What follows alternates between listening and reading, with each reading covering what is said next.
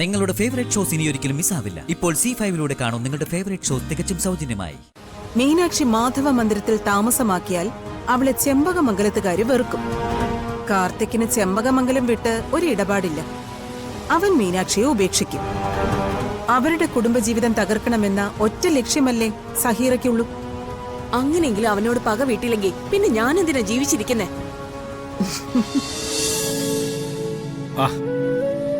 എല്ലായിടവും കണ്ടോ? എങ്ങനെയുണ്ട്? ഞാൻ പറഞ്ഞല്ലോ ഗിരി, ഇത് ധാരാളോ. ഇത്രയും വലിയ വീടിന്റെ ആവശ്യമില്ലായിരുന്നു. അലഞ്ഞു തിരിഞ്ഞു നടന്ന് നമുക്ക് കുഞ്ഞിനെ തിരക്കാൻ പറ്റില്ലല്ലോ.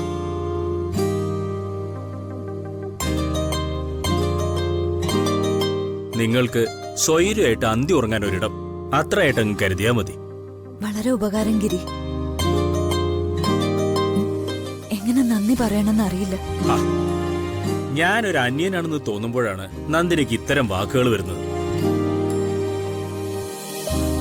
ഞാനൊരു അന്യനല്ല നന്ദിനി. എന്തായാലും ആ ഓർഫനേജില് ഒന്നിച്ചു വളർന്നവരല്ലേ നമ്മള്.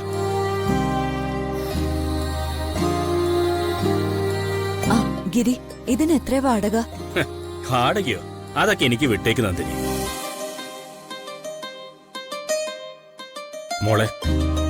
മോള് വിഷമിക്കേണ്ട. കുഞ്ഞിനെ നമുക്ക് കണ്ടുപിടിക്കാം.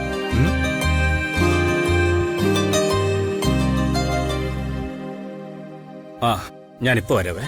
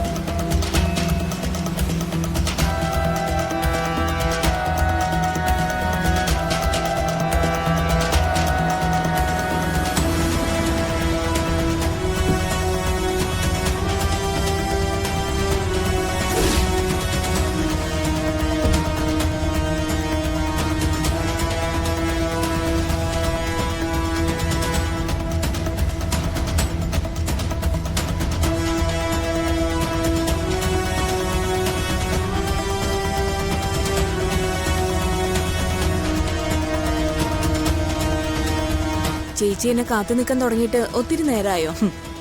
നിങ്ങളൊക്കെ വളരെ തിരക്കുള്ളവരല്ലേ. കാണണമെങ്കിൽ ഇതുപോലെ കാത്തു നിന്നല്ലേ പറ്റൂ.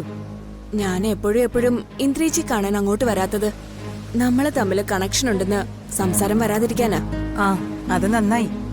അതാ ഞാൻ ഈ ഫോണിലൂടെയുള്ള സംസാരം മാത്രമാക്കിയത്. അതുപോട്ടെ ചേച്ചി എന്നോട് അത്യാവശ്യമായിട്ട് കാണുമെന്ന് പറഞ്ഞല്ലോ, അതെന്തിനാ? ഒരു കാര്യമുണ്ട്. മീനാക്ഷി എനിക്കെന്റെ മകളെ പോലെയാണെന്നും അവളെ എനിക്കെന്റെ കൂടെ കിട്ടാനുമാണ് ഞാൻ ഈ കഷ്ടപ്പെടുന്നതെന്നും സഹീറയ്ക്ക് അറിയാലോ. അറിയാം. മീനാക്ഷി എന്റെ അടുത്തേക്ക് വരാനും എന്റെ കൂടെ താമസിക്കാനും ഒരവസരം ഒത്തുവന്നിട്ടുണ്ട്. ആ കുഞ്ഞിനെ പിരിഞ്ഞ് മീനാക്ഷിക്ക് ജീവിക്കാൻ പറ്റില്ല. കുഞ്ഞിനെ കൊടുക്കുകയാണെങ്കിൽ അവൾ എന്നേക്കുമായി എന്റെ അടുത്തേക്ക് പോന്നോളാന്ന് സമ്മതിച്ചിട്ടുമുണ്ട്. എന്റെ ഹസ്ബൻഡിനോട് അവളത് പറഞ്ഞത്. മീനാക്ഷി മാധവ മന്ദിരത്തിലേക്ക് പോന്നാൽ നമ്മൾ രണ്ടുപേരുടെയും ലക്ഷ്യം ഒരേപോലെ നിറവേറും.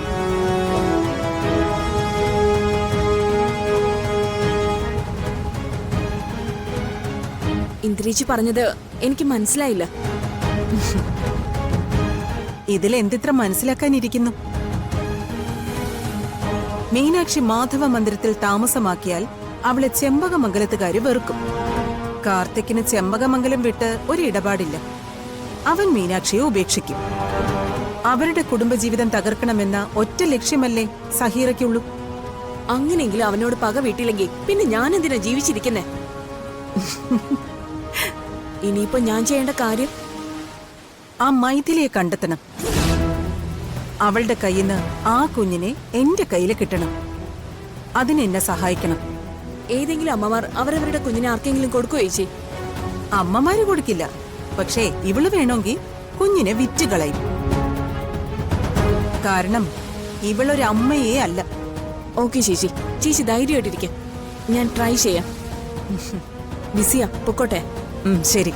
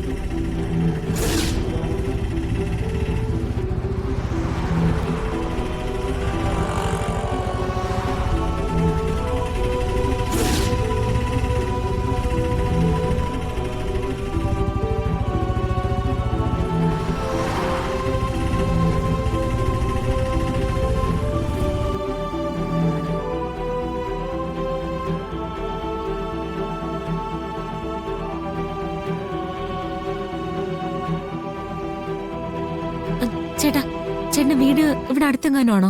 കുറച്ചപ്പുറത്താ. എന്താ കുട്ടി? ദേ, ആ വലിയ വീട്ടിൽ താമസിക്കുന്നവര് ഇപ്പൊ അവിടെ ഇല്ലേ? ആ വാടകക്കാരെ കുറിച്ചാണോ കുട്ടി ചോദിക്കുന്നത്? ആ. ഒരു ബുള്ളറ്റ് നടക്കുന്ന ജിമ്മൻ. അത് തന്നെ. അവനും അവന്റെ ഭാര്യ എന്നും മഹാ അലമ്പ. അവരൊക്കെ അവിടെ നിന്ന് പോയി. അത് ശ്രീകാര്യത്തുള്ള ഒരാളുടെ വീടായിരുന്നു. അയാൾ വന്ന് വീടും പൂട്ടി താക്കോലും കൊണ്ടുപോയി. എന്താ മോളെ? ഒന്നുമില്ല. ചേട്ടൻ ഓട്ടം പോവോ? പിന്നെന്താ, കേറിക്കോ. തമ്പുരാമുക്കിലേക്ക്.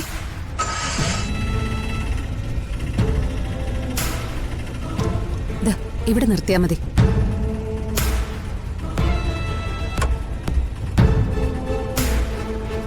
എത്രയായി? 100.